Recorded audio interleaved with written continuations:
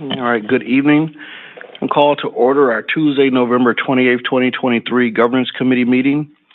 Mr. Shope, could I have a roll call, please? Yes. Brian Anderson. Here.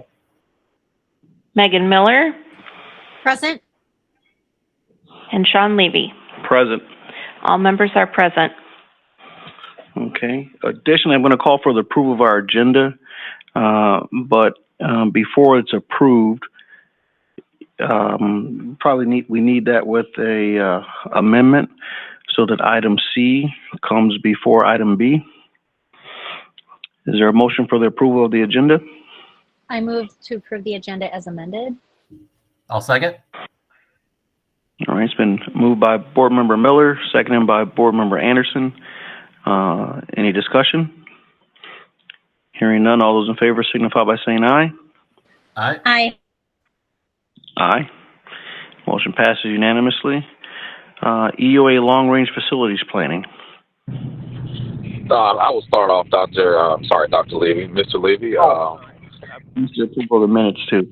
Dr. Garrison, you there? I'm here. I am here. Okay, so we need to approve the minutes first. Oh, before sorry. I get to 1D. Is there a motion for the approval of the minutes? So moved. Second. It's been moved by Brian Anderson, seconded by Megan Miller. Is there any discussion? Hearing none, all those in favor signify by saying aye. Aye. Aye. A motion passes unanimously. We're now on to item 2. Our strategic planning priority finance. School District of Beloit displays its fiscal responsibility by ensuring that every dollar spent enhances and adds value to our students, staff, and community. And Dr. Garrison, I'll let you jump in here before we begin with 2A, EUA Long Range Facilities Planning.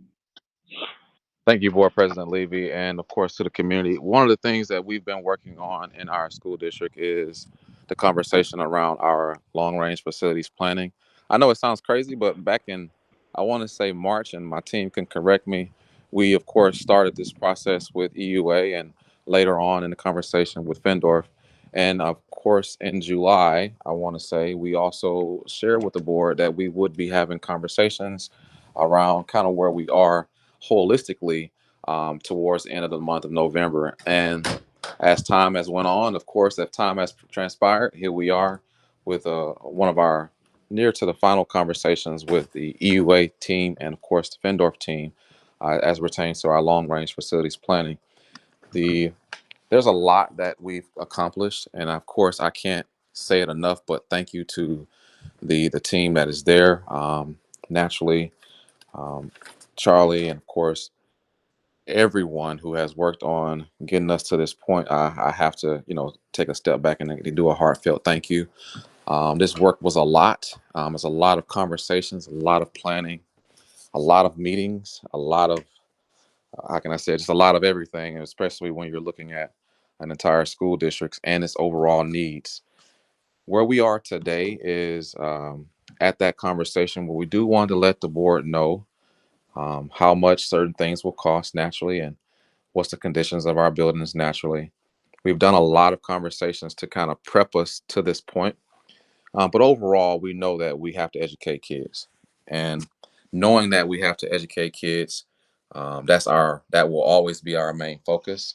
It will continue to be our focus in the school district of Beloit. And this is also a part of it. Our buildings, our structures, what we have to offer is a part of what we do as it pertains to educating kids.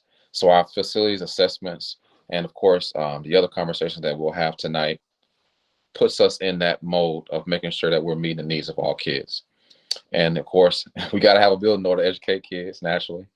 And so these conversations are very important to me. So I will turn over to my team, Mr. Chady, and Mr. Chady will kick us off with the next thought, and then it'll turn over to the other team members that are there to present the information for tonight. Thank you, Dr. Garrison. So tonight we kind of continue the process of reviewing the status of our facilities, long-range facility needs assessment. Committee members, board members may recall that last month was the first presentation, so to speak. EUA was here and discussed really the status of the facilities, some of the conditions. Continuing on that tonight, we'll have Findorf put some numbers, some financial numbers to those previously identified needs. And then following that presentation, EUA will continue on talking about the capacity from a utilization and educational adequacy perspective. All very insightful and interesting information, to be honest. So I think with that, I'll turn it over to Dave and Aaron with Findorf. Yep, you got that on. I'll turn mine off. All right. Thank you, Bob. Can you hear me okay? All right. Bob, thanks, Bob. Dr. Garrison, as mentioned, Dave Shimoleski. I'm a senior project manager with Findorf, and we're going to run through budgeting, the plan for capital maintenance, pricing and needs based on the facility study that EUA is completed. And of what we wanted to talk to you about tonight. So give a really brief intro of a little bit of background on Findorf. We'll talk about the budgeting process that we went through, and then we'll show some of the numbers, how we've taken the facility study, put estimates to the needs of the buildings, and broken down in a couple different ways. Next slide. So real quick about Findorf. So we've been in business for 133 years. We have done a lot of work in the education market. And recently, in the last 5 years, we've been a part of 13 other facility studies in different districts. So very familiar with the process that we working through with the school district and with EUA here. And then we've also been involved in $2 billion of schoolwork over the past decade. Next slide. And our team here tonight, as Bob had mentioned, so again, I'm Dave Shimoleski, Senior Project Manager at Findorf. And my name is Aaron Zutz. I'm a project executive, so I provide some oversight for our education market and work with our team here. And go into the budgeting process. And one thing I will just ask, so we'll go through the presentation. We've got some time for questions at the end. So if people are thinking of questions, you can hold your questions till the end. We can address them then. So again, we put pricing together based on the study that EUA went over at the last meeting at the end of October. And so this slide just here is just a recap. It's a high level slide. It's just a refresh on what general overview, the scoring system that was put together on the facility study, which we then used to put together our pricing. And so we broke it down a couple different ways, but to get familiarity with one of the ways we looked at it, which is the different categories of a building. So we have 4 ways of looking at a building. So there's the building exterior, which is everything that keeps the inside out of the outside. So windows, exterior wall, brick walls, and roofing, things like that. And so we've also just taken, as part of the facility assessment, there were walks done at each school. Pictures were taken, so we've got some pictures of just some samplings of, different conditions at the buildings throughout the district. So a couple examples of what would be part of the building envelope when we look at that.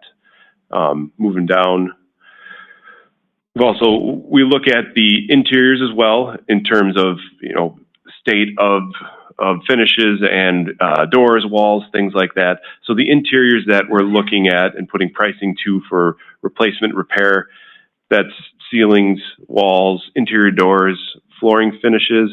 One thing it would not cover is movable furnishings in the building, like tables, chairs, TV screens, things like that. So it's stuff that's part of the building itself that we'd be looking at in terms of pricing. Next slide. We also look at the outside of the building. So there's a building and then the land that's surrounding it, and what types of repairs or replacements need to be done for athletic fields, parking lots, playground structures, things of that nature. And I'd just add, I think part of the reason that we want to make sure we're showing some of these pictures is just as we look at the community, the majority of the community, isn't in these facilities on a regular basis. So having some pictures to represent what we're seeing, the conditions of the schools, we feel is really important. And even for the people who are in schools on a regular basis, they're not in the mechanical room seeing the condition of the boilers, the electrical gear, some of these systems that are very critical to the operation and function of these buildings. Thank you, Aaron. As Aaron mentioned, the systems of the building, so that would be your mechanical, electrical, plumbing things, HVAC, air conditioning, heating, plumbing, which would be toilet fixtures, sinks, and the piping and supplies, water and drainage piping, and then electrical, so any of your electrical services, lighting, power, low voltage, so data cabling, things like that. That would all fall under the systems category. So some highlights about how we went about the budgeting process. So as we mentioned, it was budgeted based on the EUA facilities assessment. That was our path for developing the pricing. EUA, and we were also along on site walks in each of the facilities in the district. These walks were to identify potential issues, areas that needed repair, replacement. So these walks were non-invasive. We weren't pulling back carpet. We're not digging down to check foundations. So there may be still unforeseen conditions that do exist. The estimates are based on a couple things then. That we have a historical database that we used on some of those projects. As I mentioned, we've been involved in other districts working on facility studies pricing. We also look at our current market conditions. Our pre-construction estimating department closely monitors the market conditions, specifically things like inflation, which we've all come to deal with in our daily lives. And then we look at prior similar projects that we've done to help inform us on our pricing. And then we also will engage at times subcontractors in specific areas for feedback on replacement of certain types of systems. So we want to make sure it's also stated that what we're doing, we're looking at the facilities on an objective level. What does the facility need in terms of wear and tear on equipment, finishes, things like that? Budgeting is not for capacity or educational adequacy needs, changes to the buildings. It's repairs and replacement for in-kind types of finishes. And I think just to note, the slide says it, but the study was non-invasive, and we just want to be thoughtful that there are probably some things that weren't identified in the study that we can't see. This is not going to be exhaustive of everything that could happen to the building, and we draw the line at non-invasive just because there's really no point to kind of delineate or stop after that. We can't cut open all the pipes and see inside them, that sort of thing. So this is purely a non-invasive study in terms of our observations, but based on some of the other things Dave said as well. So then just, again, a recap of the different categories and just spelling out what those categories are. And you'll see those categories broken down when we get into the pricing. So this slide is just a quick recap of what each of those systems means. Next slide.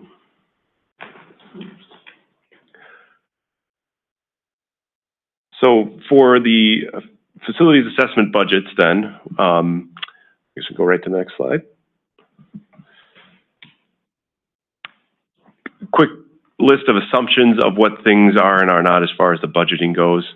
So the budgeting is based on a conceptual scope, so that we don't have there's no design that we're working off of. This is, again, going through and working off the report from EUA and just identifying a one-for-one type of replacement. If there's a cracked sidewalk, we take the sidewalk slab out, re-pour it. We're not taking any further than that.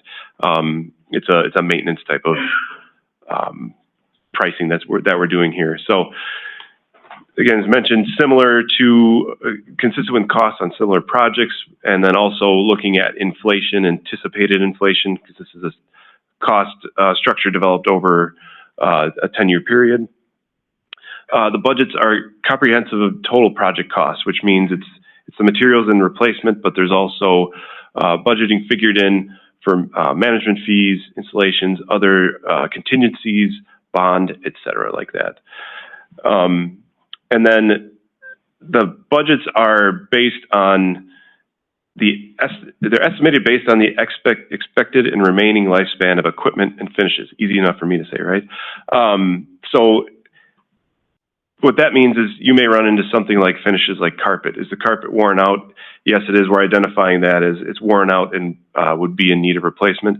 Would it have to be replaced? It would not necessarily have to be replaced. So it's looking at where the facilities are at based on the assessments and putting pricing to it over a time span that matches with when it would be the end of the lifespan of the equipment, the finishes, things like that. So the budgets are not any kind of final construction estimates that would come further down the line with full design of what may be in the future. It's not based on a defined scope of work on final designs. The estimates are conceptual, so they don't have a granular level of detail. We have quantities and priced based on previous experience and market conditions, not a detailed estimate at this point. It also does not include any kind of hazardous material abatement. There was no study done for that. So as far as something like asbestos or lead or anything like that, it was not. That's not part of the assessment at this point. And it's for replacement of materials and equipment, but would not include any kind of operational costs, which would come down the line out of a different type of budget. We do have a quick, just a graph here that shows the different buildings in the district, the type of building they are, and the square footage, dates for original construction and renovations. Really just to point out that there's 16 buildings. There's almost 1.4 million square feet of building in the district. So when we look at some of these numbers, referencing back that it's a study over all 16 buildings in the district. Next slide. So starting to look at some of the cost estimates and the numbers. So like I said, we can break it down a couple different ways. So this first chart here looks over a 10-year period for replacement of finishes and materials and equipment that's reaching the end of its useful life. So this chart here shows all buildings and then the estimated cost for replacement over a 10-year period based on the status of each of the materials within the building. So in the items, for example, in the red bar there, that's just under $8 million of materials, equipment, finishes that would be, nearing the end of its useful life right about now.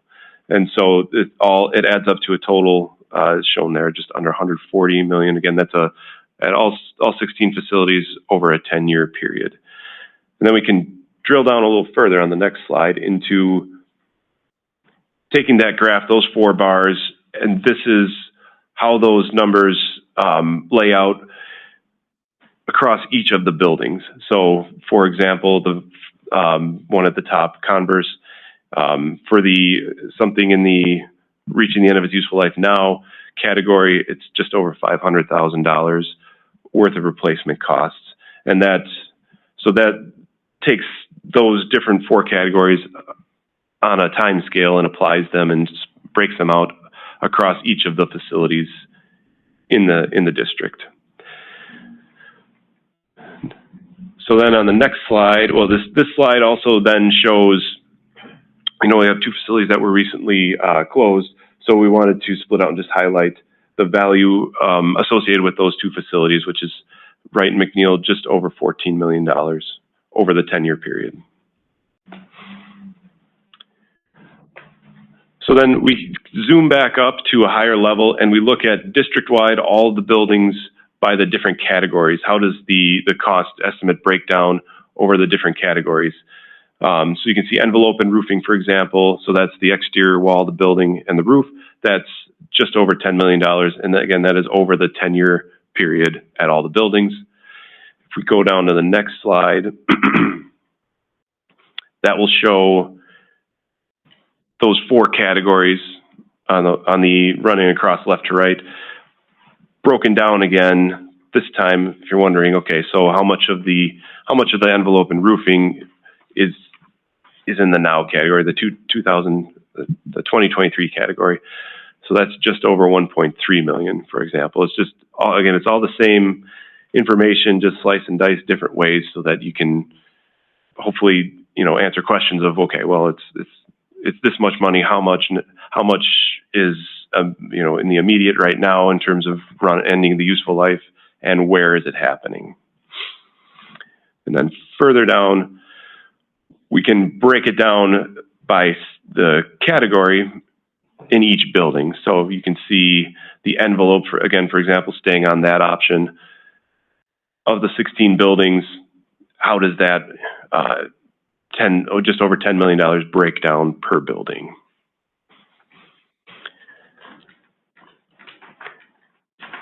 And then we go one step even deeper. So we've got, this is in that 2023 category.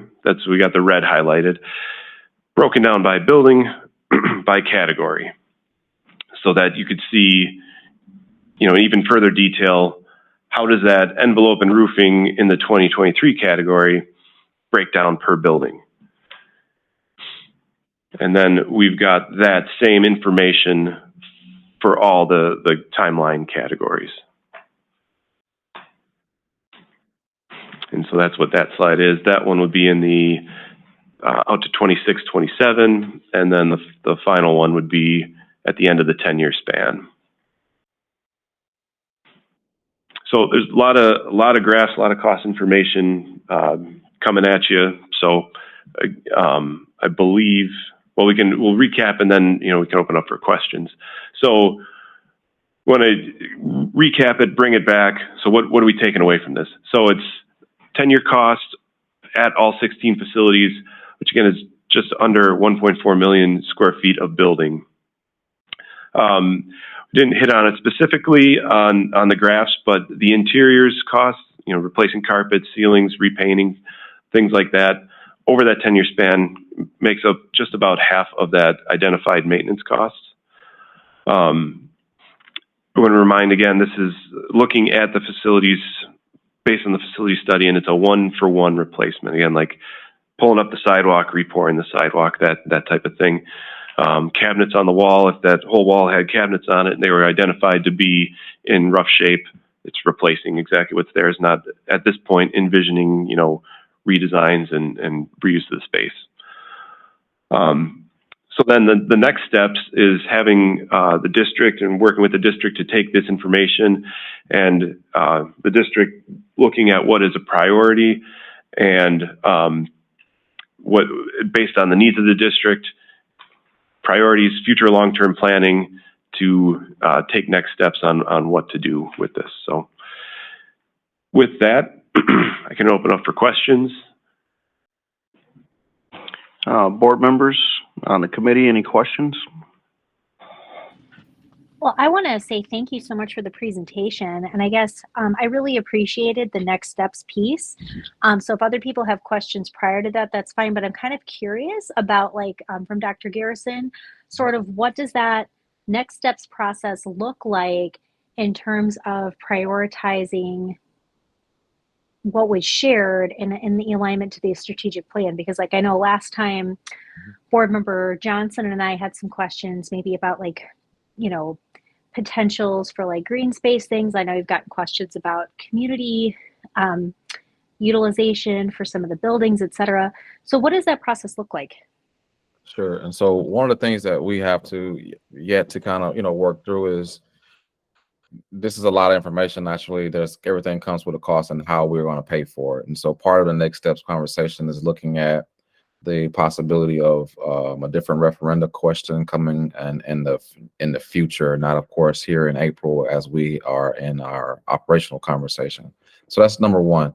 All of these things are, very important to us. Again, getting our buildings, back up to proper livability is important to us. But of course, all of this comes with a cost. So Mrs. Miller, that's the first thing that we have to decide on, is how we're going to actually pay for some of these opportunities.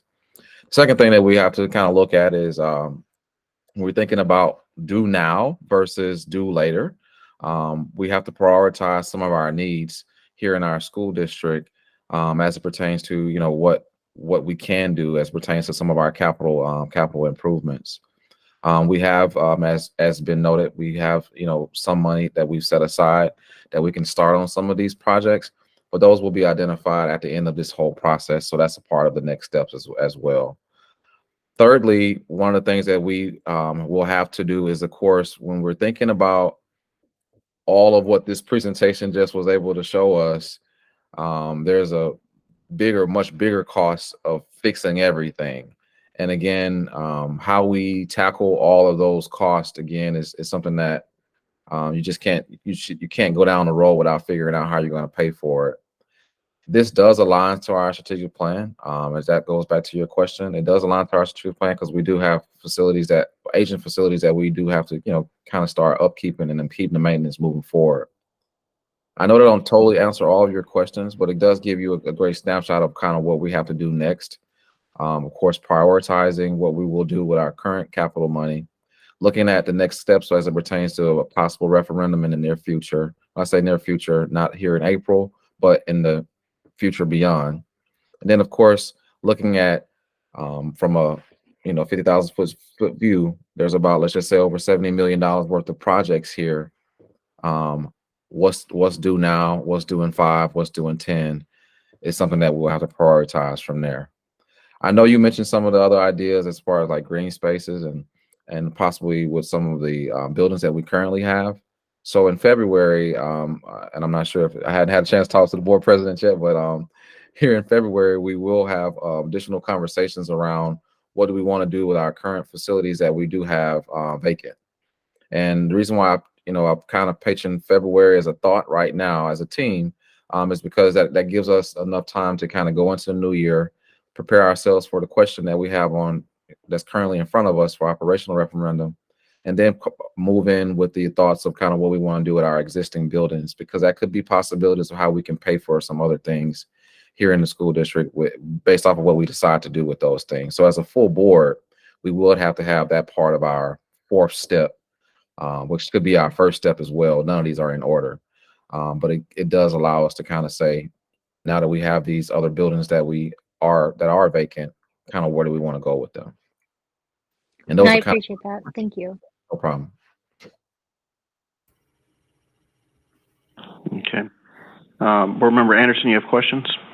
Not really a question, just a comment. Again, thanks for the good information. I think it does a great job of telling us what it's going to cost to replace as is, but I think so many of our questions are not going to be as is replacement questions.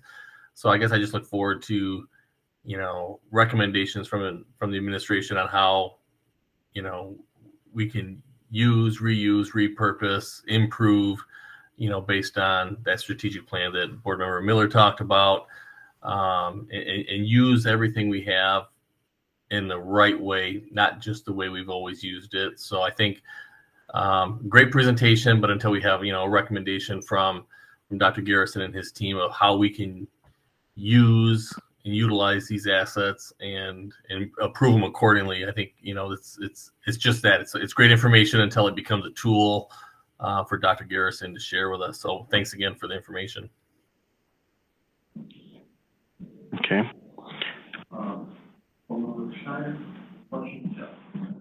All right, I do have a couple. Can you go back to slide 16?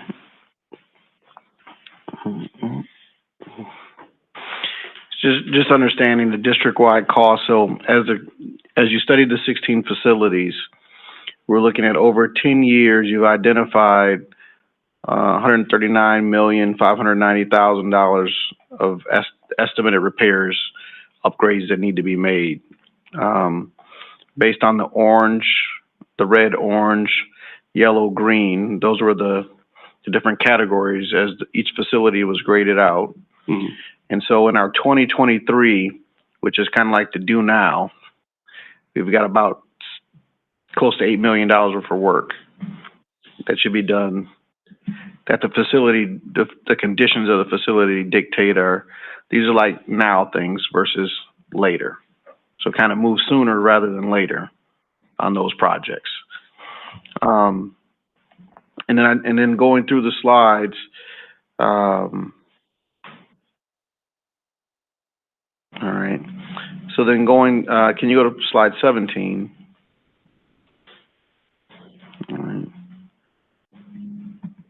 So as I'm looking at this slide again, each building, each site is listed, the 2023 cost of because that's the category, the red category in the work. And then the work for each year, and each year based off of like the prioritization of the score that each of those facilities received and the work that falls into that range. That's what I'm looking at. Yeah. So it's you talked about this the do now stuff. So that's items that again are reaching the end of their expected life. If are they going to cause catastrophe if they're not repaired? Not necessarily. They'd be more likely to fail or need maintenance regularly, more maintenance. So attention and upkeep from the facility side. So that's kind of it's not necessarily like a blinking red light of you got to fix this or you can't be in the building. It's nothing. It's not meant to be like that. It's just things that would require more maintenance upkeep. Okay. You mind if I add on to that? Yep. So within this, we've described this is based on the life cycle system or expected life cycle of equipment. In the life cycle for a finish, like carpet is it's at the end of its life cycle, it's frayed. It may not be as visually appealing. Is it a safety hazard? Probably not. Can you continue to occupy the building? Absolutely. But there are other items with respect to the MEP systems or mechanical, electrical, plumbing systems. If we have a boiler that's past the end of its useful life, that absolutely may impact the ability to have students in that building. So we would definitely encourage us in terms of the next steps. There's some prioritization even within the critical items as to what are those items that really would impact the ability to have students in the building and have that kind of more significant impact than finishes per se. So that would be another next step to look at. All right. So look at the red as end of life cycle. Yeah. Okay. Correct. All right. Okay, just a minute.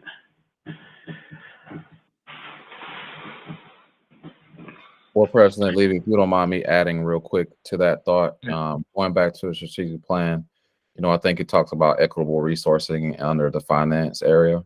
And so naturally we have started to, align our budget to number one, having a balanced budget, but also being able, I think objective A says stabilizing the budget. Then objective B talks about equitable resources. And so right now we have aligned some of our funds to address some of the needs that we do have. Naturally, we didn't have, we got the report now, and of course it's to the full board. We know what those line items actually look like now, as it pertains to the do now, what they are. Beforehand, we didn't have that. So board member Miller and of course board member Anderson, before now, we didn't know exactly what was going to be needed. And so now that we have that and the board, of course, sees the numbers, we then as a team can go back and start saying, okay, well, how can we start prioritizing some of these do now opportunities? Naturally, with the next referendum that's coming up, hopefully with a past referendum, we'll also be able to, of course, to address more in the do now conversation from a maintenance perspective. But it won't, of course, capture all of the things in the maintenance perspective, but it will help us cover some of those do now opportunities that you see in the red here. I just want to make sure I added specific language to the strategic plan. So thank you for letting me jump in real quick. All right. Then I have, I think we're slide 18.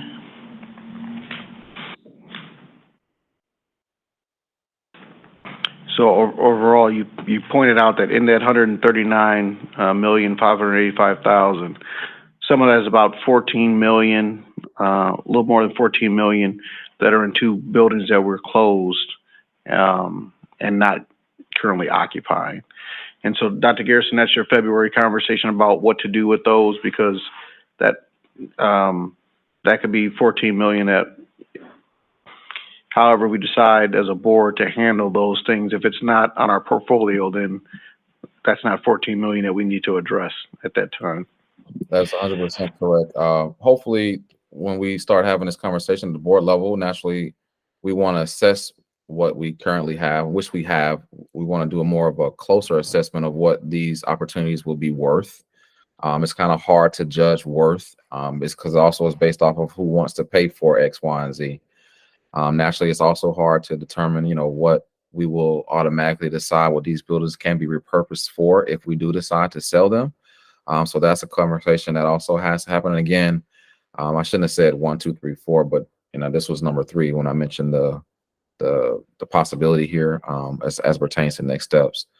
But those are all the things that we would have to at some point sit down as a board and to make a decision around that. Because again, all of this money here this of course has to be funded, has to be paid for to make all of the corrections and changes that we need to make here in our district as it pertains to our buildings. And so you're right, that 14 million is what it'll cost to make repairs in these spaces, but it could be much higher if we was to sell those, and then someone else could be possibly taking on those repairs and or changing the whole makeup of the building within itself. Yeah, I'd just like to remind the committee, the board, the public in general, this is the byproduct of a long-range facilities planning process, and facilities as plural was not restricted to just student-occupied spaces. So the intent was to survey all facilities that were district-owned, which included then the Colac Education Center, the Madison Road Maintenance Facility, the North Shop. I think that used to be the Christofferson Moving Building. Okay, for those that don't know what we refer to with the North Shop, and then the Operations Center. In addition to those, it also included the Beloit Memorial High School Automotive Center up at the Eclipse facility where we lease. So it's not a district-owned facility, but it is a facility that we occupy and use for instructional purposes. So we wanted to be all-inclusive in capturing, the needs of all of those facilities that the district either owns or utilizes. Obviously, with Wright and McNeil, $14.4 almost million, there's no concerted effort to go forward and make $14.4 million worth of repairs there. There may be some roof work that needs to be attended to. We got to do that cost benefit analysis and, put stuff on the pendulum and see how it measures out, so to speak. But we did wanted to highlight, of the 139.5 million, 14.4 of that is tied up in those 2 buildings. So really you're looking at more of $125 million worth of work. And again, that work is based upon conditions that were identified by the architects as far as approaching the end of their useful life. It does not necessarily mean that we can't go beyond the end of those useful life, though you do take some risks in doing so. As Aaron mentioned earlier, we need to operate our facilities from a framework of being able to provide for continuity of instruction. As we approach winter, great examples are when boilers might fail in a building and then you need to close a school and, the impacts on all of that. So sometimes you need to put good money into good product and simply replace things moving forward. Sometimes you can put modest money into a aging product with hoping to extend the useful life for a period of time to get you to a point where you can replace it in its entirety. Again, all part of that scale. So another question I have is, first let me say thank you for the work, because I know this is a valuable tool that we did not have. At the same time last year, we had to make we had to form our 2 questions, and one of them was a capital question. And just having the information to be able to plan is very useful. So we're thankful to have the partners that you all have been to produce the work for us, so that we know what's in front of us and what needs to be done. So another question I have is, as we consider The list and the projects, I know like Mr. Chady, you said that we'll come with a list of prioritization of work for the next 10 years. I know we had another plan that's out there, but is it, now that you have this tool, you'll reprioritize and provide lists as we go through? All right. And then secondly, Dr. Garrison, we have an operational referendum planned in April. And once we get past our operational needs, we may then take time to examine our capital needs. But now that we have this information, if we were at the place where we're asking capital questions, and I'm going to come back to understand or repeat a point to make sure I've got the concepts down as we're looking at this tool, that these are one-to-one replacement of what we have now. So this is not anything new. So some of the things that Board Member Miller was speaking about, if it's a new use, this is not what this is estimated for. It's just estimated off of repairing and replacing what was there. Like you said about the crack in the cement, tear it up, re-pour the cement, everything's fixed. Correct. Yeah. Cabinets on the wall, tear the old cabinets down, put the new cabinets up. That's what this is. All right.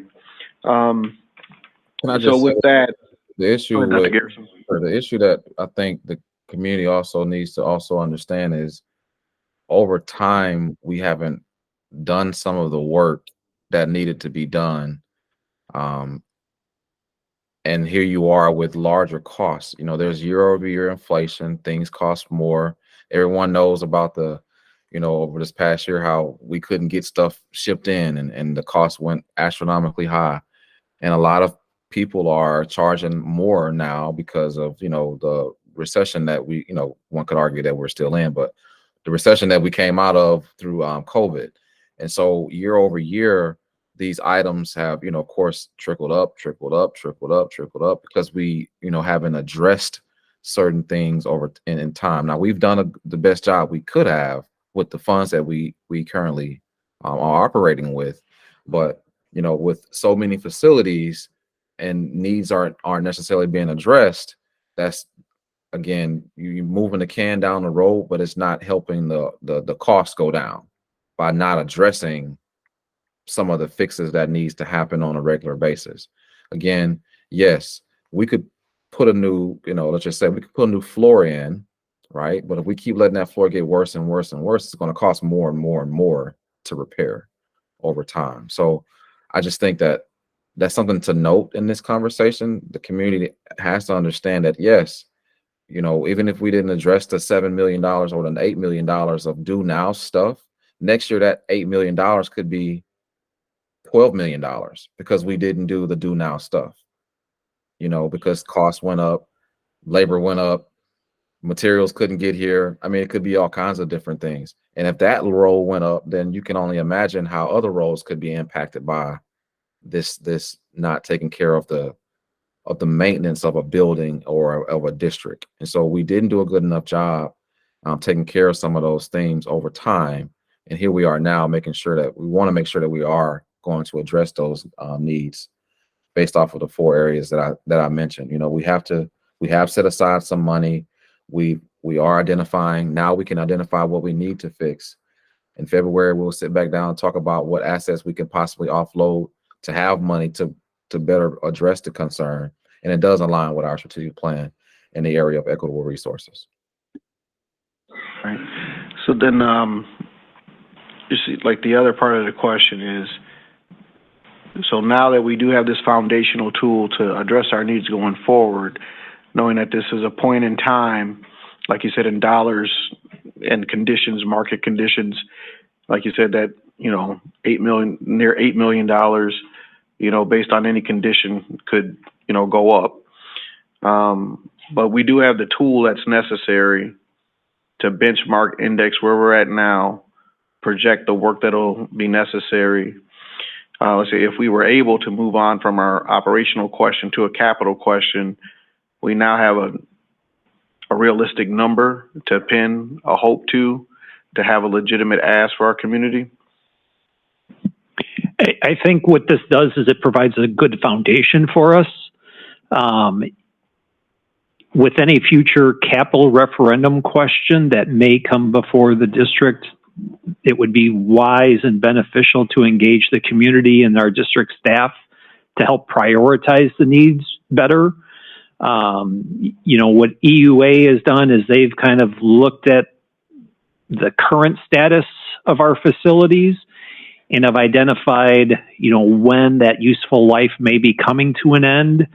Findorf then has put a cost to that in replacement. Their costs include some inflationary factors going forward, so there's some inflationary numbers built into this. But more importantly, it's unlikely that the district's going to do $125 million worth of work over the next 10 years. I don't think anybody sees that happening. But is there a phase one approach? What does phase one entail? How much does phase one cost? And how does that matriculate out into what the property taxpayers would be willing to continue their investment in? That's still to be determined. And after phase one, there may very well be a phase two and a phase three at some point down the road. I don't see those happening in the next 2-3 years. It's probably the next 10, 12, 15 years. But this does provide us the foundation, at least, of what are the immediate needs, what are those approximate costs. Mr. Bricko, Tommy, and I have already been looking at the data that's been provided to us to look at and see, what's doable within our operational budget. It's unlikely that we can go and replace whole roofs on some schools within our operational budget.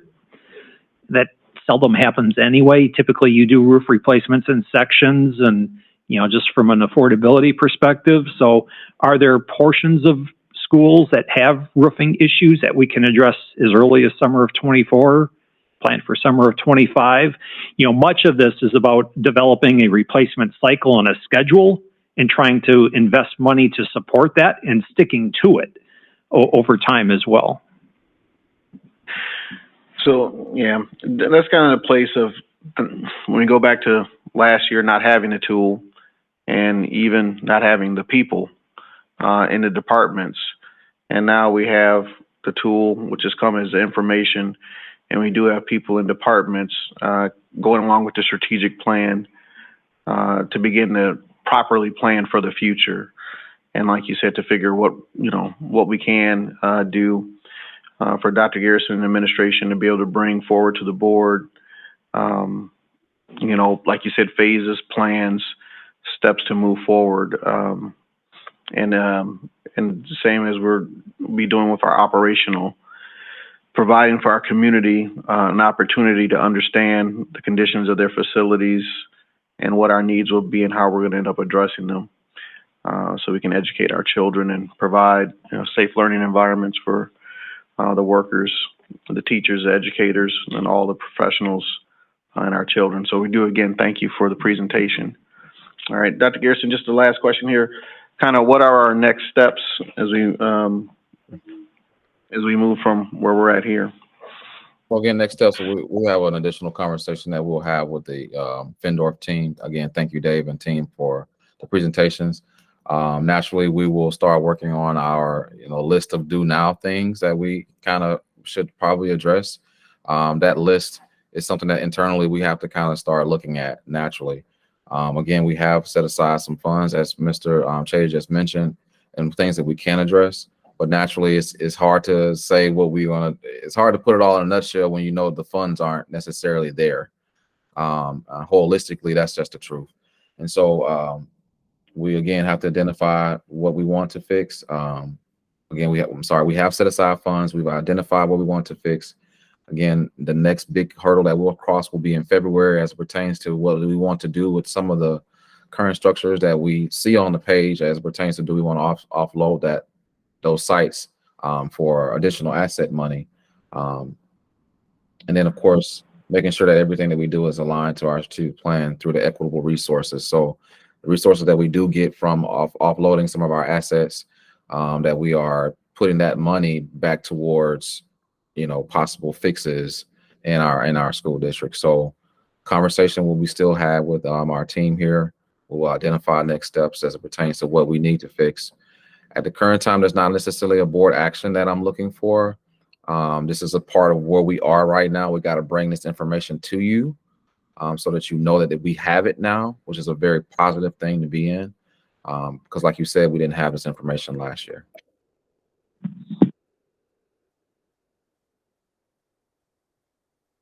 Okay. Are we at item B now? All 183 slides. I'm laughing. No, we won't do 183 slides. This next conversation is our facilities assessment report, utilization report. I like to call this our utilization report. Naturally, looking at the outside, looking at the inside is two different conversations. And this conversation for me is really about, now that we know what we have to fix structurally, what does that actually look like from a educational conversation as well? Our capacity is very important. Naturally, we talked about we have space, but just because we have space don't mean that we have the educational space to tackle the things that we need to tackle. And so this conversation, EUA will be leading this conversation. I believe it's a great presentation that we can, dive into a little more in the details, but we also don't want to, go over every slide that we have in the slide deck.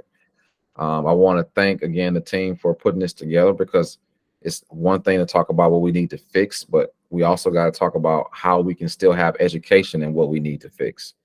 And that kind of will capture this in this conversation. So I'll turn it back over to the team, Ms. Chady and of course EUA. All right. Hi, everyone. My name is Kim Frericks. I'm a design architect with EUA.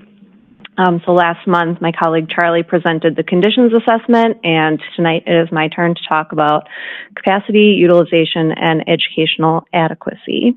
And we will not, for sure, be going over all 183 slides, maybe the first 60. The rest are there for your reference going forward, and just your use for future planning. So you can go to the next one, Bob. So like I said, last time we talked about conditions. This time we're talking about capacity of the buildings themselves as well as your sites. We'll also talk about utilization, particularly at the middle and high school level. There's a lot more variables in scheduling those facilities because students are moving throughout the day to different spaces. So we wanted to get a pulse on how much or infrequently spaces are being used within the building. And then educational adequacy is how are your physical spaces actually supporting your teaching and learning goals. So if you scroll down a little bit, you'll see we have similar kind of heat mapping that you saw on the conditions side across all of these three categories as well. So we'll get into more detail as we go. Now, while the overall study is across 16 buildings, for this section of the report, we're only focusing on your educational facilities. So elementary, middle, high school, and then your 2 closed educational buildings. So you can go 2 more slides where we have some kind of key takeaways. These are really high level. We'll dive into more detail at each educational level as we go. It's going to be really small to read, but that's okay. So as far as capacity, most of your elementary schools are approaching functional capacity. 2 have exceeded functional capacity, and I'll talk later about what that means. I mean, you're full, you're not overflowing just yet, but you are kind of at a maximum functional capacity. At the middle school level, you do have room. Each of your buildings currently enrolls about 500 students, almost equally, and there's capacity in each building for an additional 300. And then your high school is just over 56% of the potential capacity. So you've got quite a lot of room at your high school based on compared to your enrollment. Cunningham is significantly under capacity. That is a change of use from prior years. So you're significantly under based on the Beloit Learning Academy students being in that building. You do have an additional 8 classrooms which are being occupied by an outside provider as well. So the building has space has space. And then as far as individual class sizes, most of your class sizes are below your district recommended targets on average. You have just a handful at some elementary schools that are slightly above, and then your middle and high school are both operating below target utilization. So on the adequacy side, here we're looking at the sites. Many of your sites are quite small, particularly at the elementary level. So we'll talk about targets and things like that as we go along. But those small site sizes can contribute to issues with traffic circulation, green space, playground equipment, that sort of thing. All of your buildings implement secure entry sequences, which we love to see. A lot of times that is something we're looking to address in potential projects, but you guys have done that across all of your buildings, so that's great to see. But few of them can be further compartmentalized on the interior. So for example, if you have a sporting event in the evening, there is really no way to lock down the rest of the building while those gym spaces are open, for example. Classroom sizes generally are pretty good throughout the district. Updates have been made over the years. Finishes, technology, equipment, things like that have been updated or maintained over the years. Furniture, on the other hand, is fairly dated across the district. There are a handful of spaces here and there that have gotten more modern, flexible furniture, but a lot of what we saw was kind of traditional desks and tables and things like that. And then lastly, collaborative or breakout spaces are pretty limited across the board. So that applies for students working in small groups, as well as bringing large grade level groups together, or for staff or parents. And one thing I'll note is that, you know, we talked about costs earlier today. We will not be talking about costs in relation to any of the kind of key takeaways for this section of the report, simply because there are a variety of ways that you could solve for any of these problems or issues. So it's not a one-to-one replacement cost that is kind of easier to define. So this is a tool for you to use as you look towards long-range planning and where you might prioritize making changes. So I'm not going to spend a great deal of time on these next three slides, but they're just sort of there for you to reference your buildings at a glance. So here you've got all of your elementary schools on one page. We've brought forward your admission scores as well as educational adequacy scores, what your capacity is, kind of general age of facilities. So as you look at your district comprehensively, that should help you start to identify maybe where you might need to spend some time, attention, or dollars. So you got a sheet for your middle and high schools, as well as kind of your other district facilities. So circling back to capacity and utilization in a little bit more detail. Capacity is a number that can change over time. So that's a little bit something you have to deal with. What the capacity of a building was when it opened might not be the capacity that it is today, and there's a lot of factors that go into that. Age of kids you're serving in that building has an effect. Square footage or staffing ratios and things like that change what that number is. Programmatic variables, particularly when special education came into facilities, that affected the capacity of the building because classrooms had to come offline and become resource spaces, and now they no longer contribute to capacity.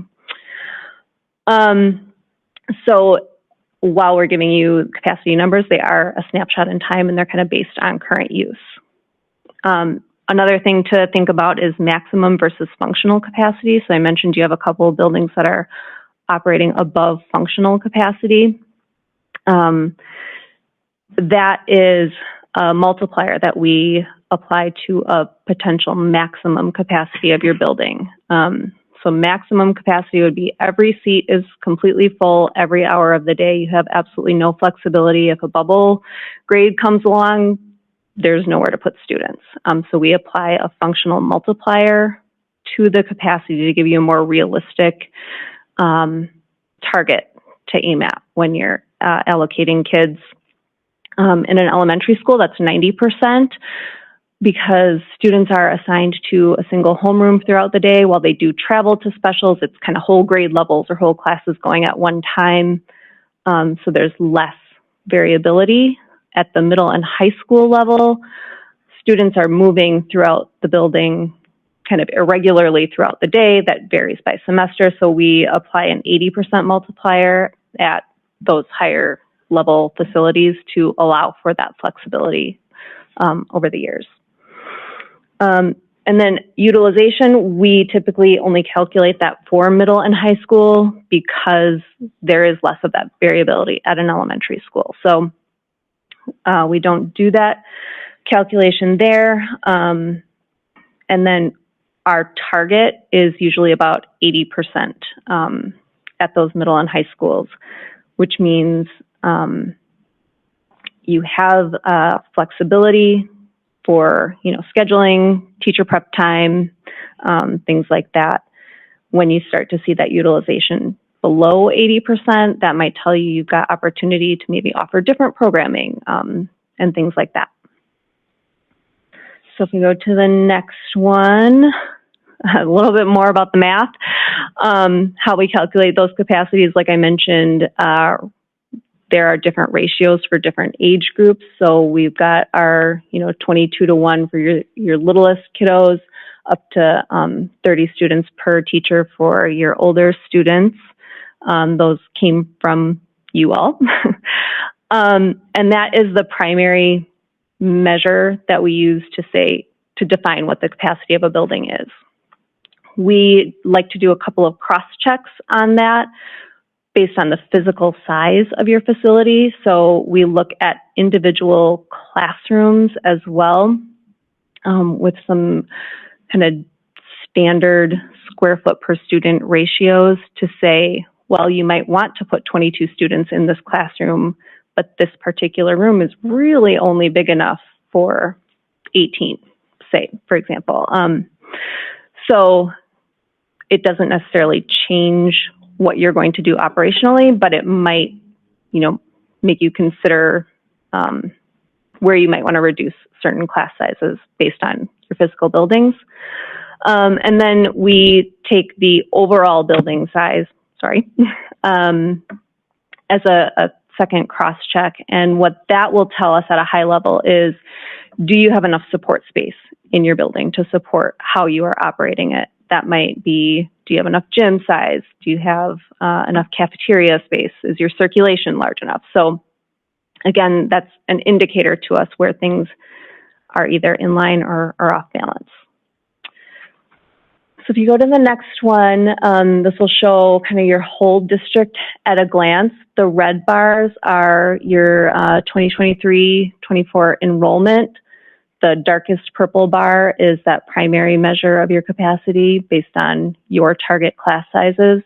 And then the next two bars are those cross checks. So if you go to the next one, it's a little more useful to look at these per level. So at your elementary, you have Converse and Gaston that are currently operating above functional capacity. They are not yet at that maximum capacity, but they're getting close. Your other four elementaries have a bit more space, but they're also fairly full. This is also telling us, you can see Hackett, Robinson, and Todd, that third purple bar is quite a bit lower than your target class size and your learning area capacities. So that might tell us that those are your buildings that might be struggling with some more of that common space. I'm sorry. Kind of going back, I missed the on 14. I'm understanding the red is this current school year. Yep, your current enrollment. the darker purple is a capacity based on target class size. That's what we provided in terms of our policies. That's based on your 22 to 1 for your smallest kids, and then 30 to 1. Okay. About that. And then the last two, because you mentioned that functional. Yep. No. So all of these have that functional multiplier. These are based on your physical classroom sizes and your physical building size. Okay. So when I'm looking at the 344 versus the 443, just explain to me the difference, just so I got the right accounting and understanding. So the 443 is how many students you have at Converse. 412 would be the capacity of that building. That's based on your student-teacher ratios. Converse is a good example because 410 is kind of based on their classroom sizes. That's telling us that most or all of your learning spaces are kind of appropriately sized to how many kids you want to put in them. The 344 is if I take sort of a standard multiplier of 170 square foot per student is kind of a industry standard multiplier for an elementary school. That's telling us that if we take that square foot per student, you could accommodate 344 students. Okay. So then the question I have is I'm looking at the graphs and help me with the other buildings. So currently we have 443 students there. And, like I said, thinking about heat mapping and other things, the capacity is 500, or what is the capacity? The capacity at Converse is 412, the functional capacity. Okay. So we're over our functional number. Yep. Okay. And I don't have your maximums in this presentation. I'll have it in the backup data that we can follow up with, what that kind of completely full number is. Okay. And then the other part, I think maybe on an earlier slide, you said something about 80%. Yep, that's a utilization. 80% shows up twice. I'm not sure which one you're talking about. 80% is the multiplier we use at middle and high schools for their functional capacity. It's a 90% multiplier at elementary because they're not moving around the building as much. And then 80% is also what we would look at target utilization of a particular space. So like an art room is how frequently is that utilized? That'll tell us about, how often kids are in there throughout the day. So when a space is particularly underutilized, that might lead you to dig in and say, well, why is that? Is the space not large enough? Is it not offered enough times throughout the day? There could be a number of reasons why that is, but that gives us an indication on where to start asking questions. Okay, and then just so like if I look at Gaston, 347 is where we're at today. 331 is their functional capacity. Functional capacity. Okay. Okay, I'm ready. I just had to. Yeah, it's a lot. It's a lot of math. All right. Yep. So your middle schools are really pretty well on par as far as both the enrollment and the capacity based on target class size. So Aldrich, you have 506 enrolled. Capacity is 808. Fruzen, 509 enrolled, capacity is 816. The thing that stands out to me on this graph is the gross multiplier, or the gross building area capacity on Fruzen is quite a bit lower than it is at Aldrich. And you'll see this in later slides. That's probably due to Aldrich has 2 gyms, Aldrich has an auditorium, weight room, things like that, where Fruzen doesn't. So they are lacking a little bit on some of those ancillary spaces. At your high school, and we've grouped Cunningham in with high school because there are high school students there today. Enrollment of 1377 today at the high school, and then a capacity of 2472. So about 50% full. And then Cunningham, obviously there's quite a bit of additional capacity available at that school just because, It's not full today. And then lastly, obviously there's no current enrollment at McNeil or at Wright, but as a middle school, McNeil has a capacity of about 912, and then Wright Elementary has a capacity of 266. This chart is just to sort of show you your average class sizes across all of your buildings based on your current enrollment. So on average, you are below capacity, your average class sizes at your elementaries are below your targets across the board. Like I said, there's maybe 1 or 2 classrooms at a particular building that might have 1 or 2 students above that target, but generally you're at or below your targets across all levels.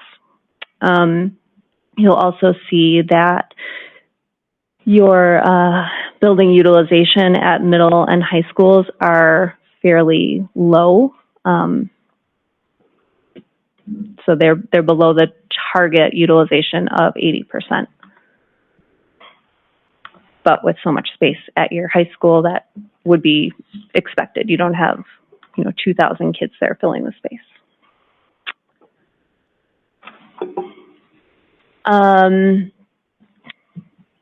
So then moving to educational adequacy, we have the entire district at a glance on this slide, and then again, it'll break down into kind of leveled breakdowns where I have some additional takeaways. When you look at this slide, obviously the thing that is kind of the hottest at most of your facilities is really that site size, and that'll show up particularly at the elementaries. And then if I'm looking up and down, Wright Elementary, former BLA, has sort of the lowest score, which makes sense as it's one of your older buildings and smaller sites, and maybe hasn't had as much investment in the recent years. So we can go to the next one. So at your elementaries, you can see there's blanks under your breakout and collaboration ratings, just because they don't really exist at your elementaries, which makes sense given that your capacities are quite full. So there's not a lot of additional space. Maybe there, could have been in the past, but that has been now filled. Core learning spaces, though, generally well-sized with up-to-date technology and finishes. I did hear a lot of stress for intervention spaces at most of your schools. And again, given your enrollment versus capacity, that makes sense. Your buildings are quite full. So resource spaces are either, teachers are 2 to 3 to a space. There's not places for intervention to happen kind of outside of offices, things like that. Next slide shows, we've talked a bit about undersized sites. So this shows all of your elementary site sizes at a glance. And just for comparison, we included a map of, say, Converse at 9 acres and Todd at just under 4, and just how you can see how much less green space and playground space and kind of site traffic circulation space is available at some of your smaller sites. That's not to say you can't operate a school on a small site. Clearly you are. So it's not anything that is an emergency. Your elementary schools are neighborhood schools. They're embedded within neighborhoods, so it's difficult to think about how you might increase those site sizes. Again, that's not something we're suggesting has to happen. It's just sort of a point of reference. That if we were looking to build a brand new school based on your populations, we would be looking more in that kind of 12 to 14 acre size if we were starting from scratch, which is not something, again, we're suggesting. It's just something for you to be aware of. And the reason there's variability for those target site sizes is They're generally based on rules of thumb, 10 acres to start for an elementary school, and then you add an additional acre per 100 students that are enrolled at that school. So some of your, 500 student elementary school, you would want to target like a 15-acre site versus a 200 student elementary school wouldn't need quite as much. So we look at more of a 12. So that's just more math. Right. I'm sorry. Mm-hmm. Some of these, if I wait to the end now, I'll lose it. So again, what you're saying with these are our buildings that were built over time when they were built, Mm-hmm. but these are the current sizes that we have. Yep. And you're just showing us the math and kind of what a modern standard might be. Modern standard Mm-hmm. to build, right? Yep. Okay. So the next slide again kind of has that modern standard. I'm sorry, I should go back Mm-hmm. one slide for me. So Yep. the number at the top, the 14.4, 13.5. Yep. That's sort of a reference point to you of if we were starting a site search. Standards models, Mm-hmm. where Converse is 9, it'd be 14. Yes. Okay. Okay. Yeah, that's. Another stressor that came up quite a bit on our tours was gym space. All of your gym and cafeteria, they go hand in hand because at all of your elementaries, they're a shared space. They're all fairly small for elementary gyms. Some are smaller than others, Gaston and Merrill, for example. And then that has led to some of your facilities are choosing to eat in the gym, divide the gym and use half as gym, half as cafeteria. That's true at Converse and Gaston. Your other 4 sites are currently eating in classrooms. So, that it's just not equal across your district. So it's something we wanted to kind of highlight.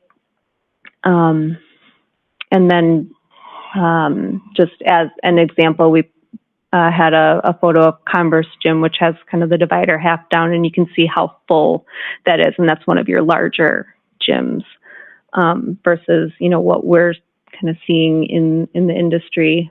An example, elementary gym, and that view is kind of only half the gym, and then a separate elementary cafeteria. However, all of your kitchens have been recently updated and seem to be performing well. The next slide is kind of the middle school summary. Again, breakout spaces are not really present at either of these facilities. Fruzen is your newest school, so it's the highest scored of all the schools in the district, which would be expected. Aldrich has had some recent updates to commons and admin spaces, but many of the learning spaces at that facility have not been updated. Some have, so it's not none, but many have not been updated. And additionally, that building has a lot of interior space. So there are many classrooms that don't have any access to natural light, which is something we would be looking for. The next slide, again, talks about site sizes. You are undersized compared to current standards, but not nearly by quite as much as your elementaries are. But that can cause strain on, vehicle circulation, PE, athletic space. As the students get bigger, the outdoor needs get bigger as well, especially when you start to bring athletics and things like that into the mix. I mentioned this earlier, but specialty spaces and common spaces are uneven between your 2 middle schools, where Aldrich has several PE spaces as well as performance spaces. Those don't exist at Fruzen. But they do have a stage in the gym. which is not uncommon at a middle school. It's just not equal between those two. So lastly, we have the high school slide. So the high school site is actually adequately sized. However, it's an irregular site, and you have the complication of there's no back of the building. It's special because we're Beloit. Go ahead. So you have the building backs right up to the river, which on the one hand is a beautiful view. On the other hand, makes circulating your site rather difficult because you only have one side for frontage for vehicles and things like that. The building is base building is about 75 years old. There's been a lot of additions over time, which has resulted in some complex interior wayfinding, particularly around the athletic end of the building. Locker rooms are pretty outdated, pretty segmented, and underutilized as a result. Your learning spaces are organized departmentally, so that means like all of your science labs are on your first floor, general classrooms on second, third, and then some more of your hands-on spaces like tech ed and family consumer education are all on the lower level, which has worked well over the years. But if you've moved to an academy model, we would typically look for a little bit more blending of standard classrooms and labs. So yours are separate today, so that just operationally might make the model. It's built more like a large comprehensive high school versus small schools within a school. Yep, exactly. So at the high school, there is some opportunity for collaboration spaces, particularly on the third floor, the way classrooms and kind of smaller spaces are set up. I don't know that they're particularly being used that way today, but the opportunity exists to create some kind of small group space.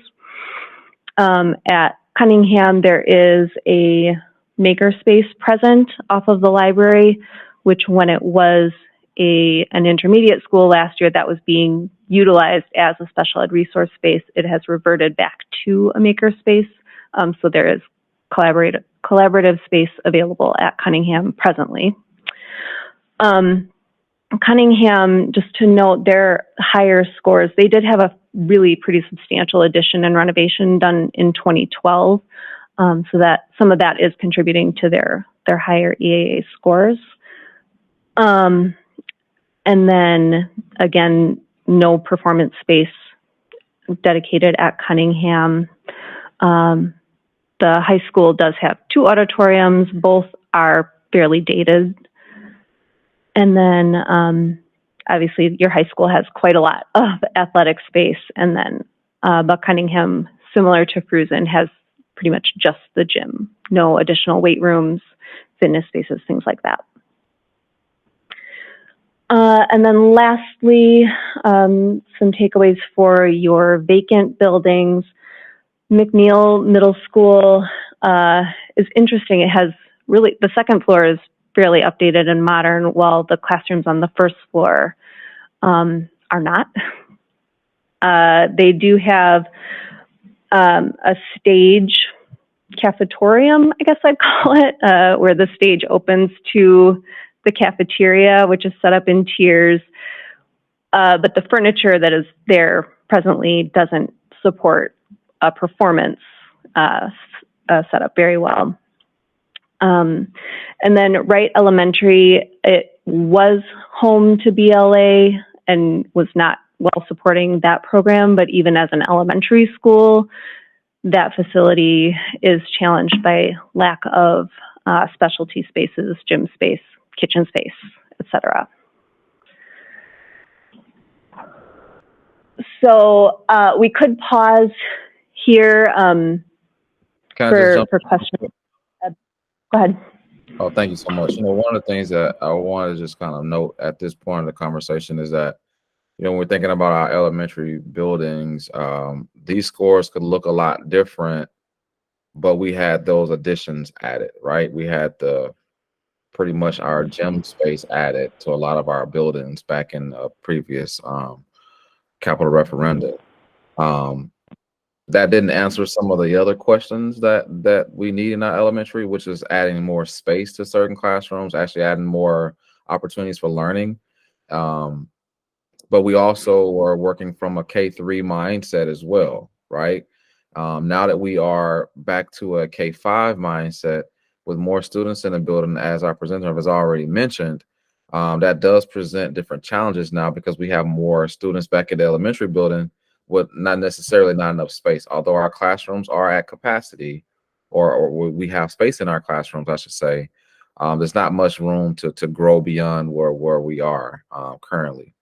One of the things that I wanted to make note to the board is that this is a very important study. I know you all know that because it also allows us to kind of think about where we're going in the future.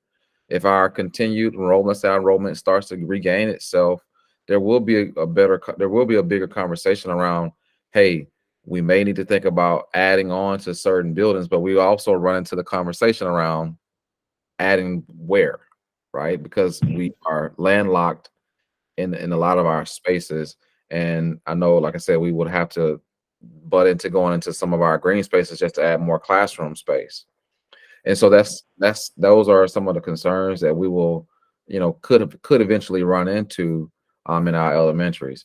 As it was already mentioned, our middle schools are, two different buildings that have two different sets of what can I say? Two different sets of qualifications, or let's just use Aldridge. Aldridge was our old high school, and then it just has more different. It just has more opportunities with what they have there. Fruition is our newest building, and it just wasn't built the same.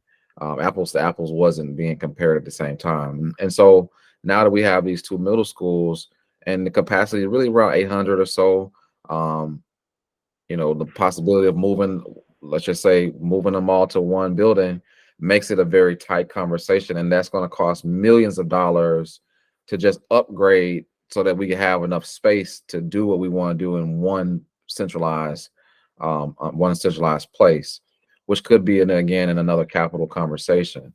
The reason why I'm sharing this like right now is because this conversation is a very important conversation, and it wasn't done in previous facility studies. And so that's why I think this is one of the I shouldn't say it wasn't done. This is done now in our facility study because I thought it was a very important mindset to capture, because some people think, well, just close the building, move the kids around. Well, it's a lot more than that. If that's the direction that we have to go in the future.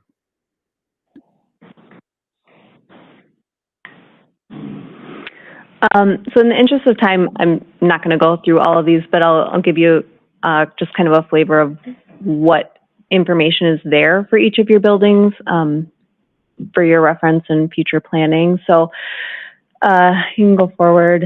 There will be a site diagram for each of your educational facilities that'll describe how traffic flows throughout the site. It'll identify parking, receiving entry points, things like that. You can keep going. There will be floor plans that will show you kind of that heat map again of how your students are allocated throughout the building. So in elementaries, it'll just be capacity of the space. At your middle and high school, there will be an additional utilization heat map. So here you can see at Hackett, most of your classrooms are at target capacity, and then you have one that's one or two students above, and then a couple that are below your target. It's just second floor. And then you'll see a little bit more detailed breakdown of those educational adequacy scores. So similar to the conditions scorecard where you had sort of summaries of categories, there are a number of different things that we're evaluating within the EA8 categories. So this will give you a little bit more information if you want to drill down into a particular score, why was it scored that way, et cetera. So that information exists for all of your buildings. If you need light reading to put you to sleep tonight, you can read the rest of those 183 pages that'll have all of your facilities We can dive into any of them if you have targeted questions, but otherwise, if there are general questions. Open up to board members. Do you have any questions?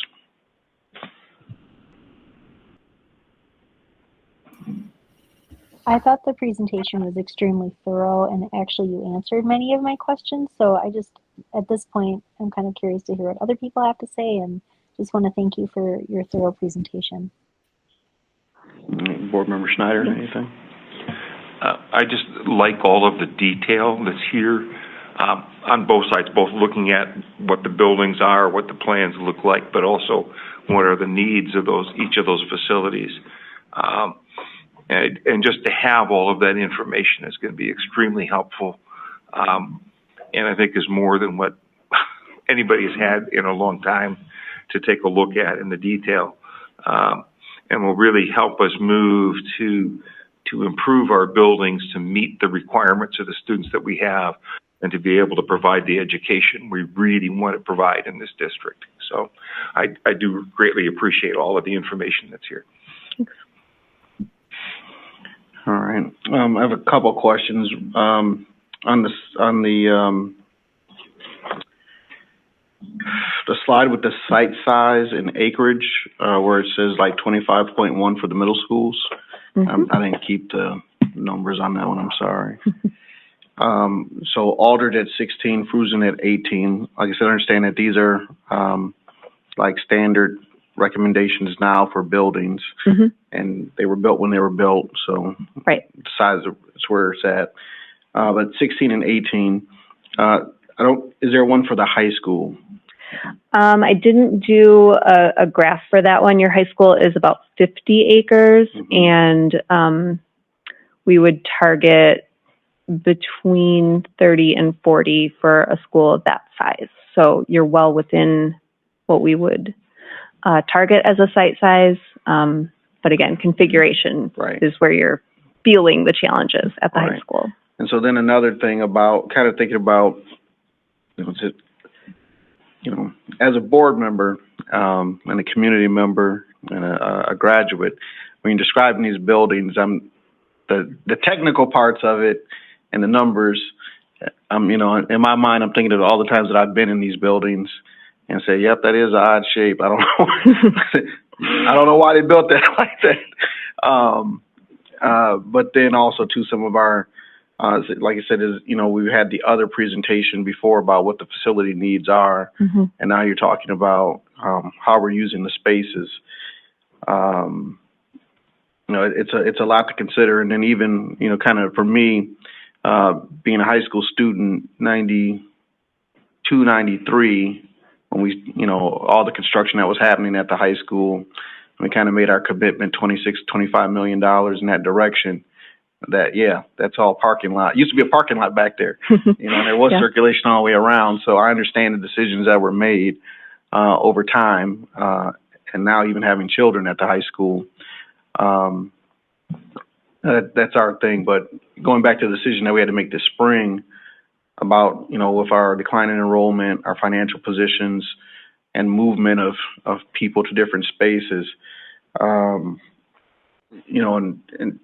so like I said, that decision in 1995 when that building was dedicated, and I think of, Dr. Rosa Smith, Dr. Fitzpatrick, our principal at the time, and those moments and those new things as our community supported them.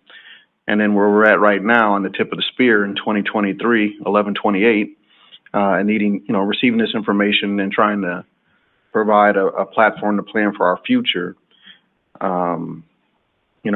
Can you go to the middle school slides with the capacities? I think that going back to like the red and purple one? Fruzen is, the red and purple.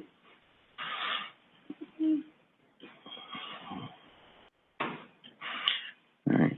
Yeah, so like I said, as we're looking at our, the spaces now, I know going to make this point that our capacities of the buildings are different than what these numbers are, because these numbers are based off of mathematical formulas of our class sizes, how space is used, and other things like that. Because kind of looking at the McNeil space and the Cunningham space at 912 apiece, and that adequacy number of where things could be. And then, Fruzen and Aldridge at 816 and 808, thereabout, and still being 300 under. Add those 509 and 506. Like I said, just the idea of looking at the different information that we're being presented, again, information we have today that we didn't have, months ago.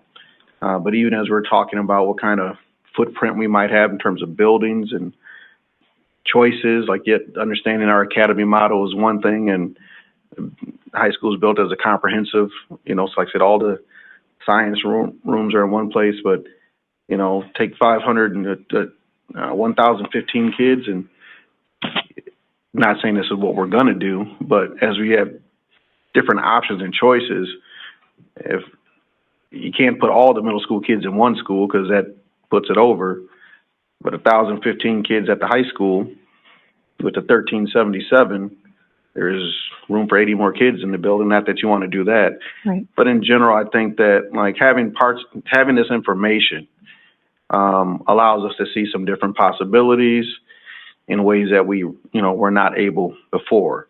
So I'm definitely thankful for the information. Just like the other parts that we received from the study, it'll help us make decisions, especially when you're talking about the usage, where we're looking at and trending better in our academic performance. But once you start putting people in bodies and places, what's the best use of the space? And, you don't want to create spaces where people are packed in and, there's humanity, a lot of humanity moving around and create different spaces that might not be optimal for learning. But we are thankful for this tool to give us better information and data points to make decisions about. Dr. Garrison, looking at this question I have, Dr. Garrison, looking at the information, when you start thinking about space usage, and like you said, as we got to plan for the future, what are some of your thoughts about this? Oh yes, what's interesting is, last year when I was looking at the certain capacities, I was looking at it based off of the information that I had, based off of the previous architect and the previous people. And again, we were working from a different setup completely with a K3, for a 912 setup. Naturally, we've asked EUA to come in, and they have a different calculation of how they look at capacity, which I actually agree with. The formulas are the formulas, the bodies are the bodies. Of course, we can cram anybody into any space. That doesn't mean it's going to be educationally sound. So one of the things that I'm thinking about now in this report is, again, when we're thinking about next steps for our district based off of where we are from an enrollment perspective, this does give me and my team the proper information to where we could possibly move students to if we have to continue downsizing. And that's a hard thing to talk about in the school district. We went through that conversation a little bit last year, but like I share with everybody, everything that I do is 100% based off of our enrollment, not 100%, but it is based off of our enrollment and where we are trending.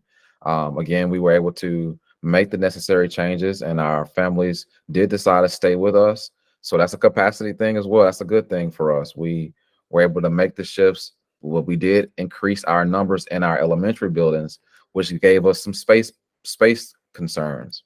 When I first got here, I'll be honest with you, I never thought that we would still be eating in classrooms in 2023. Whole classrooms and across the district. It's a tough space because it creates a lot of, different movements during lunchtime. I just think about the educational time that is lost having to, go to the cafeteria, get your food, get back in line, go back to the classroom, eat your food, put your food back in these tray boxes, empty your food, go back to class. And it's like, it's a lot of time that is spent in, feeding our students, which we have to. But from an educational perspective, I would want to see more of that time being put back into the classroom. Now, I have to be honest, since you asked me, one of the things that we have to consider is if we were to do some additions or possible additions to our elementary buildings would be to possibly look at adding a cafeteria versus adding a gym. So adding a cafeteria, now kids can go, they can eat, timely manner, back to class. In this case, we have a lot of just different movements and creating a lot of different manpower hours to clean up all of that too. It's a real big ordeal in elementary school when you start and have to start feed the 400. And so it's just something to think about. We also have no learning spaces, and I know that's something that probably wasn't thought of in many different spaces across the state, right? When I say learning spaces outside of the classroom, that's where we are. And a lot of we have the classroom space, period. It'll be nice to have, those planning rooms. It'll be nice to have some spaces where we can have a full staff meeting, outside of the largest classroom type of thing. And so those things are also very important to educational opportunities in the school district. And finally, for me, I would like to say, of course, when we're thinking about our high school, we know that we have a lot of space. We want to occupy that space. But naturally, when as we are starting to make improvements, hopefully those numbers will trickle up, and then again, trickle up to having a more full high school opportunity. If our numbers continues to grow in the right direction, then of course there will be different changes that we'll have to make based off of the space that we currently have. Building anything new from scratch, 70 million possibly for middle school. Adding on, you can see where it could be, zero, I mean, not zero, 30 million to add on to a school, because square footage is the square footage that we'll be adding. Same thing in the elementary conversation. And so all of these reports help us navigate how we want to move in our school district over the next, 3, 5, 10 years. And it's a great conversation to have at this level. And this is a great report for us to hold on to, and then now it's in our possession that we can use in future planning.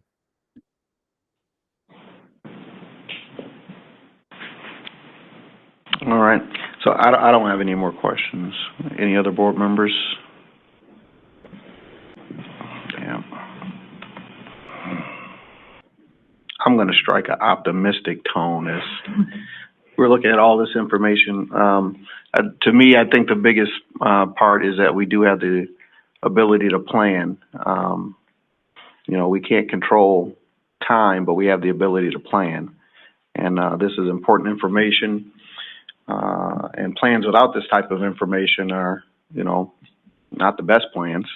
But we're thankful to have this so that we can anticipate change, because really what we're looking for is to create that stability for our district in terms of, all of our resource use and, planning to provide a, educational experience that, provides the best experience and outcomes for our students and creates a satisfying work environment for people that are coming every day to work with young people and help them reach their goals and aspirations, the things that they want to do. So we do thank you for the information. Thank you. Yeah. All right. Ms. Miller grew up in the 80s. Ms. Miller had her hand up. Okay, I'll get to Ms. Miller. Like I said, I grew up in the 80s watching, G.I. Joe and Transformers, and say, hey, no one is half the battle. So thank you. All right, Ms. Miller. Knowing is half the battle. I was just curious, and this could have waited. That's why I put my hand down. But I'm just kind of curious. I'm still taking a lot of this in. I know for the previous conversation, you said we might, maybe get some more details and discuss some of these items in February. Do you have any thoughts? I mean, I know like you look at enrollment projections, and I'm not entirely sure what the timing of those are and which sources we're using, because I know there's DPI, but there's also other folks that do that work, and I don't know if we're contracting with any of them currently. At what point would we be discussing facility space or any potential changes? Like, when is that sort of on your radar? So There is one additional conversation that me and Mr. Chady are planning for the back end of January. In our future planning is we do have a enrollment study that was also a part of this conversation. We didn't want to do all of this work without that piece of information as well. The enrollment study gives us kind of the future thought of where Beloit is moving, Ms. Board Member Miller. And so that enrollment study is something that we want to, bring to the board probably sometime in January, and we will have a presentation around that too. I forget the company that did the enrollment study for us. My apologies. Mr. Chady, do you know the name of the company? I want to say Hacker, but Vanderwall and Associates. We currently have the draft of the enrollment study in hand. Reading through that, we need to connect back with the individuals at Vanderwall with some tweaks, and hopefully can get that before the board in the next 4 to 8 weeks for review. Yeah. Yep. And of these things. Yeah, I was just going to say all of these things were sort of underway prior to my arrival in the district. The facilities assessment, the educational adequacy component of that assessment as well, the cost basis, the enrollment studies.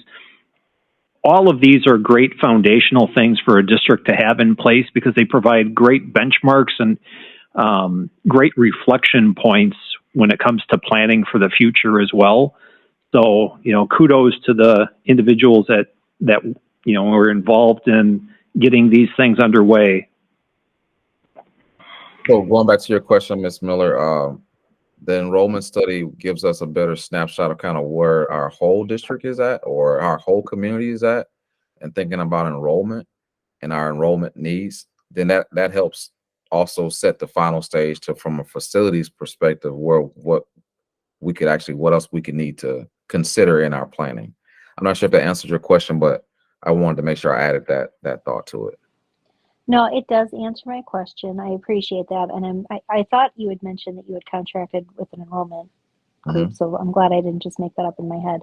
No, I think that's very wise. And I just, from a board perspective, thinking about sort of visioning in the near and distant future, I would find it productive sometime in the next 12 months to have the opportunity to have a discussion that kind of matches the facility piece.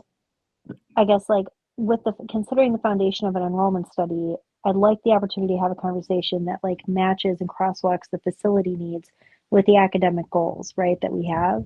Because I think having that kind of cohesive view as a board is really going to help us with again, just that bigger picture kind of thinking that we're going to need to do. So I really appreciate that all of these pieces are in place.